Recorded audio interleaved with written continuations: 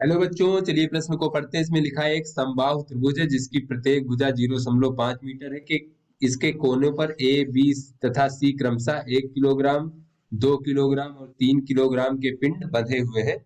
बिंदु ए से गुजरने वाली तथा त्रिभुज के तल के लंबवत अक्ष के परितः निकाय का जड़त्व आघूर्ण ज्ञात कीजिए। त्रिभुज की भुजाएं द्रव्यमानहीन है, अर्थात बच्चों केवल ए बी और सी पिंडों का ही द्रव्यमान है।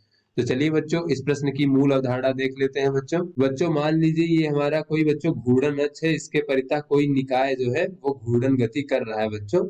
तो इस निकाय में मान लीजिए बच्चों इस प्रकार से 3 कण हैं जिनके द्रव्यमान m1, m2 और m3 है बच्चों।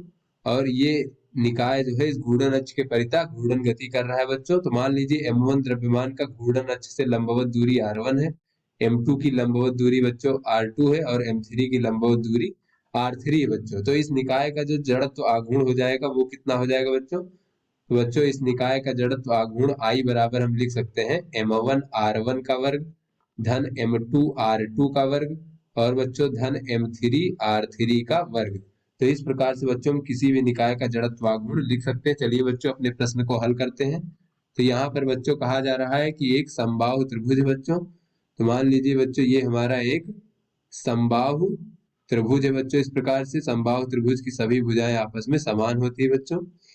तो इस प्रकार से बच्चों मान लीजिए ए बी और सी इस प्रकार से समबाहु त्रिभुज है। तो यहाँ पर कहा जा रहा है बच्चों ए से जाने वाली तथा त्रिभुज के अभिलंबवत एक अक्ष है बच्चों इस प्रकार से। तो मान लीजिए बच्चों ये हमारी इस त्रिभुज के तल के अभिलंबवत अक्ष है और ये ए से गुजर रही, तो इसके परितः जो है इसका जो है जड़त्व आघूर्ण ज्ञात करना है बच्चों। जहां पर ए पर बच्चों हमारा जो द्रव्यमान है और बी पर बच्चों द्रव्यमान है और सी पर द्रव्यमान।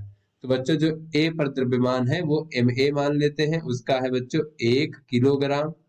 इसी प्रकार बच्चों जो बी पर द्रव्यमान है बी कोने पर उसे एम बी मान लेते हैं और सी पर एम सी। तो बच्चों ये हमें दिया गया है 1 किलोग्राम, 2 किलोग्राम और 3 किलोग्राम। तो बच्चों ये हो जाएगा 2 किलोग्राम और बच्चों सी पर जो रखा है वो हो जाएगा हमारा 3 किलोग्राम। वो इस प्रकार से बच्चों कहा जा रहा है कि ये जो त्रिभुज की भुजाएं हैं बच्चों समबाहु है, सभी भुजाएं 0.5 मीटर है। तो बच्चों ये दूरी बच्चों 0.5 मीटर हो जाएगी इस प्रकार से, और ये दूरी भी बच्चों 0.5 मीटर हो जाएगी। तो यहाँ से बच्चों अगर हम इस निकाय का जड़त्व आघूर्ण I बराबर देखें तो ये हो जाएगा बच्चों एम ए आर ए का वर्ग। आर ए क्या है बच्चों? जो ए बिंदु है उसकी जो है इस घूर्णन अक्ष से लंबवत दूरी धन बच्चों एम बी आर बी का वर्ग, इसी प्रकार बच्चों एम सी आर सी का वर्ग। तो यहाँ से बच्चों एम ए का मान है 1 किलोग्राम और बच्चों आर ए का मान है क्या है बच्चों? तो घूर्णन अक्ष से ए बिंदु की दूरी 0 होगी क्योंकि यहीं से घूर्णन अक्ष गुजर रहा है, तो ये 0 हो जाएगा बच्चों। इसी प्रकार एम बी का मान 2 किलोग्राम और आर बी क्या हो जाएगा? आर बी हो जाएगा बच्चों बी बिंदु की इस घूर्णन अक्ष से लंबवत दूरी। तो बच्चों ये घूर्णन अक्ष जो है इस त्रिभुज के तल के लंबवत है, तो बच्चों बी बिंदु के लंबवत दूरी हो जाएगी 0.5 मीटर, तो इसका वर्ग हो जाएगा। इसी प्रकार बच्चों एम सी का मान बच्चों जो सी बिंदु पर द्रव्यमान है वो 3 किलोग्राम है और बच्चों आर सी का मान भी 0.5 ही हो जाएगा बच्चों, इसका वर्ग। तो इस प्रकार से जड़त्व आघूर्ण में ज्ञात हो जाएगा बच्चों 2 धन 3 और गुणे बच्चों 0.25 का वर्ग, तो ये हो जाएगा 0.25।